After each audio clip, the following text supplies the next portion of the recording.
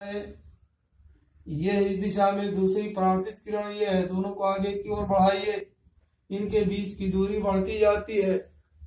यानी ये कैसी किरण है? डाइवर्जेंट रेज है, ये अपसारी किरण जो वास्तव में कहीं नहीं काटेगी। यानी वास्तविक प्रतिबिंब कभी भी नहीं बनेगा समतल दर्पण द्वारा। तो वास्तविक प्रतिबिंब तो कोई सवाल ही नहीं बनता है। यानी ये बाईं तरफ, यानी दर्पण के सामने प्रतिबिंब नहीं बनेगा। यहाँ क्या कह दिया? दर्पण के सामने बनता है, तो ये गलत हो गया। तीसरा कह रहा दर्पण के सामने बन सकता है, ये भी गलत हो गया। दर्पण के सामने कभी भी नहीं बनेगा, न बन सकता है न बनेगा। अब आइए, दर्पण के पीछे बनता है, कह रहा सदैव बनता है, फिर कहता पीछे बन सकता है। तो क्या होगा? प्रतिबिंब सदैव दर्पण के पीछे बनेगा, यानी विकल्प ए सही है। कैसे बनेगा? पीछे देखो, ये आगे की ओर तो नहीं काट रही है परावर्तित किरण, लेकिन पीछे की ओर इसे बढ़ाइए, इसको भी बढ़ाइए, तो ये काटती हुई एक दूसरे को यहाँ प्रतीत होती है। यानी ओ का प्रतिबिंब ओ डैश पर बनेगा। तो समतल दर्पण में प्रतिबिंब सदैव दर्पण के पीछे बनता है। क्या होता है? उसकी 5 विशेषताएं बताई गई थी। प्रतिबिंब दर्पण के सदैव पीछे बनता है, प्रतिबिंब दर्पण से उतनी ही दूरी पर होता है, यह दूरी जितनी दूरी पर वस्तु दर्पण के आगे होती है। तीसरी बात बताया गया था, प्रतिबिंब काल्पनिक होता है, यानी पर्दे पर नहीं लिया जा सकता है। चौथी बात, दर्पण का पार्श्व परिवर्तित होता है, यानी अगर आप अपना चेहरा देखते हो दर्पण में, तो आपका दाहिना हाथ आपके प्रतिबिंब का बायां हाथ होगा। आप अपने दाहिने कान को पकड़िए तो आपका प्रतिबिंब बायां कान पकड़ेगा, यानी पार्श्व साइड जिसको कहते हैं, साइड परिवर्तित होता है। आपका दाहिना साइड प्रतिबिंब का बायां साइड, आपका दाहिना कान प्रतिबिंब का बायां कान होता है। चौथी बात, प्रतिबिंब का आकार वस्तु के आकार का होता है, यानी अगर आपका कान 2 से 3 सेंटीमीटर लंबा है, तो आपके प्रतिबिंब का कान भी 3 सेंटीमीटर लंबा होगा। आपकी आंख 2 सेंटीमीटर चौड़ी है, तो प्रतिबिंब भी 2 सेंटीमीटर, प्रतिबिंब का भी आंख 2 सेंटीमीटर होगा। यानी प्रतिबिंब का आकार वस्तु के आकार का होता है। ये आपने देखा, ये इसकी क्या है? विशेषताएं हैं। तो ये विकल्प ये सही है।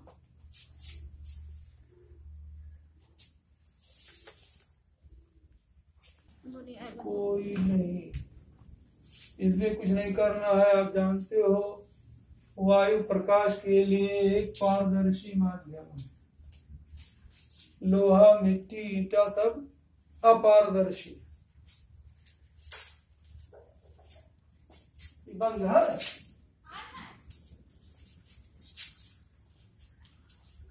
तो ये विकल्प ए सही है।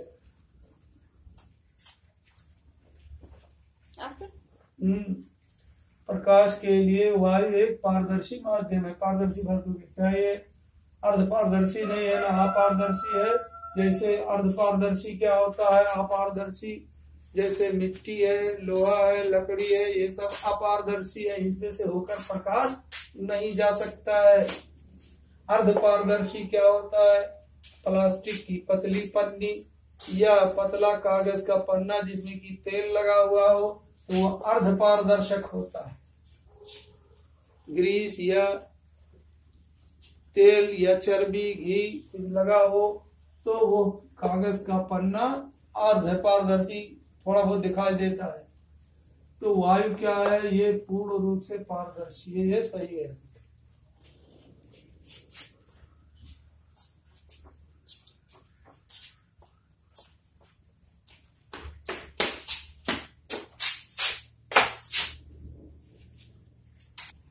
हाँ, 7 सेमी लंबी एक वस्तु उत्तल लेंस के सामने रखी है। ये एक उत्तल लेंस है, जैसा कि आप जानते हो, दोनों सिरा उभरा हुआ पारदर्शी है।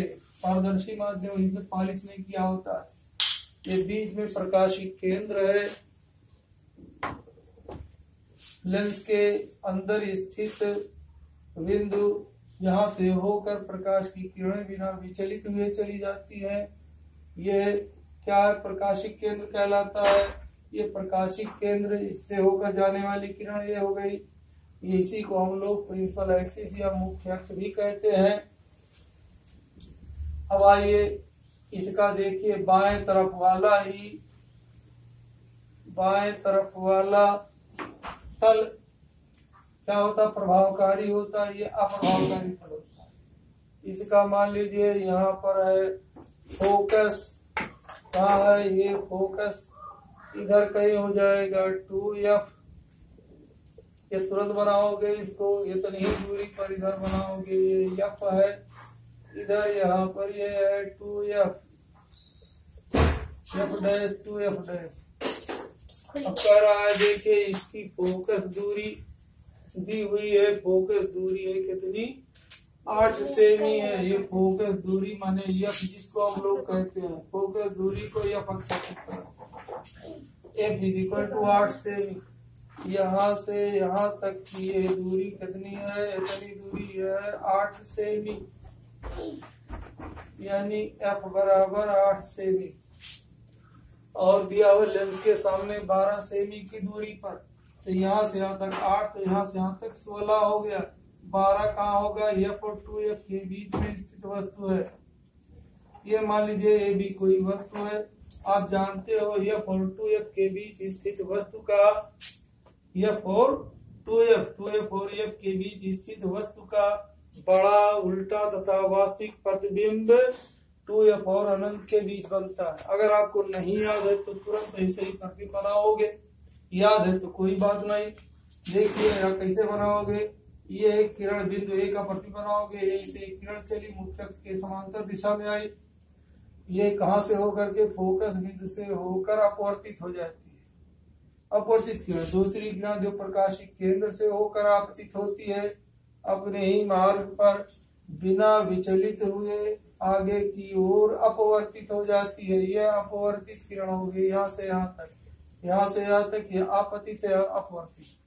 अपवर्तित किरणों के कटानबिंदु को प्रतिबिंब कहते हैं। तो A का प्रतिबिंब यहाँ A' पर बना, यहाँ से इस पर लंब डालिए, ये हो गया प्रतिबिंब। देख रहे हो प्रतिबिंब A' B' कैसा है, बड़ा है, इसके अपेक्षा बड़ा है और उल्टा है, तथा वास्तविक प्रतिबिंब वास्तव में किरणें काट रही हैं, 2F और अनंत के बीच बनता है।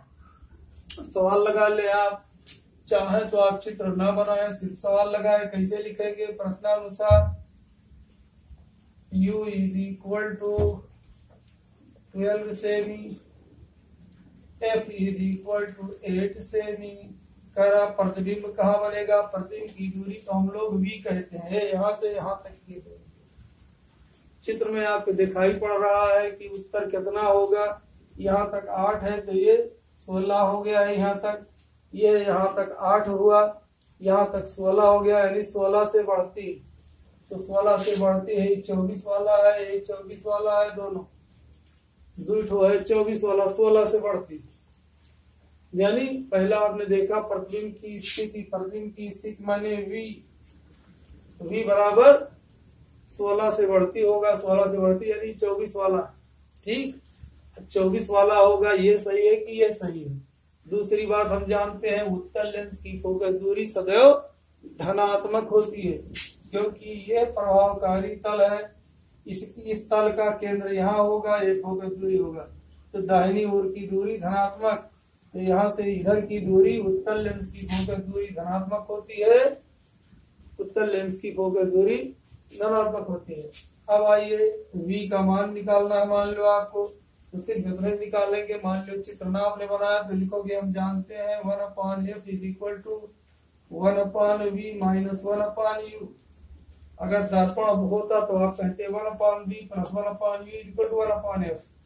अब लिखेंगे हम, या अब देखिए हम जानते हैं बाईं ओर की दूरी ऋणात्मक होती है, और U का मान तो सदैव ऋणात्मक रखा जाता है। जब न्यूमेरिकल प्रॉब्लम लगाने लगिए तब यहाँ ऋण धन कुछ न लिखिए, कुछ किताबों में यहाँ भी लिखते हैं लेकिन धोखा हो जाता है, तो आप हमेशा यही सूत्र में लिखे। और V आपको नहीं मालूम है, जो ना मालूम हो उसका कोई चिन्ह नहीं लिखना चाहिए, उसको ज्यों का त्यों छोड़ दीजिए। ये हो जाएगा -1/, u की जगह पर यहाँ लिखोगे -12।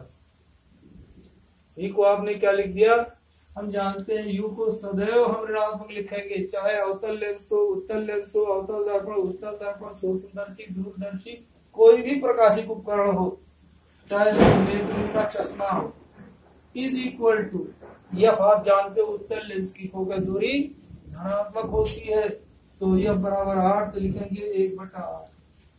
अब इसी को हल कर लीजिए, v का मान निकल आएगा, या 1/v।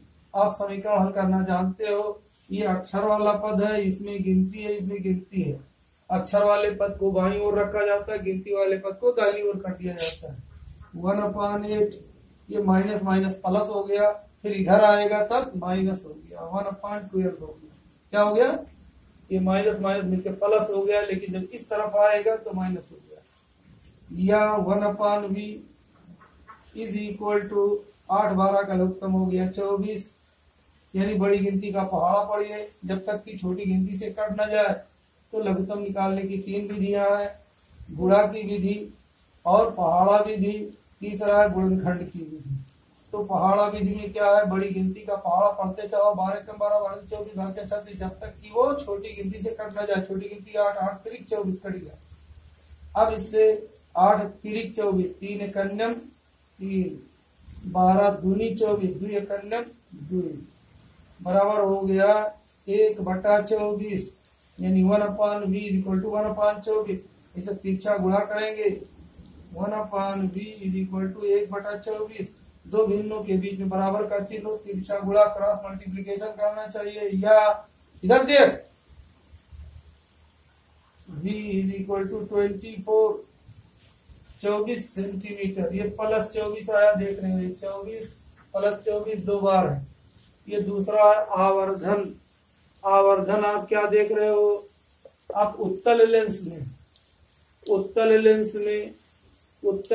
में अगर प्रतिबिंब आभासी बनता है तब आवर्धन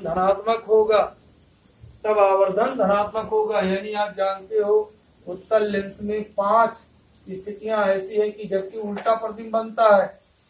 एक स्थिति होती है जबकि प्रतिबिंब सीधा बनता है, जब कहा वस्तु हो F और O के बीच में होती है, तब सीधा प्रतिबिंब कैसे बनता है, इसके बीच में होती है। देखो ये ए बी वस्तु है, बार बार बनाओ इसे हाथ से, मुख्य से समांतर दिशा में आपकी किरण फोकस बिंदु से होकर चली गई, दूसरी किरण प्रकाशिक केंद्र से होकर आपकी किरण नहीं मार्ग पर गई, आगे की ओर कहीं नहीं काटती है, पीछे की ओर बढ़ाइए तो ये काटती हुई प्रतीत होती है, यानी आभासी प्रतिबिंब, सीधा और आभासी बड़ा प्रतिबिंब बनता है। तो केवल एक स्थिति में सीधा प्रतिबिंब, हम जानते हैं प्रतिबिंब तथा वस्तु के अनुपात ही को आवर्धन हम कहते हैं।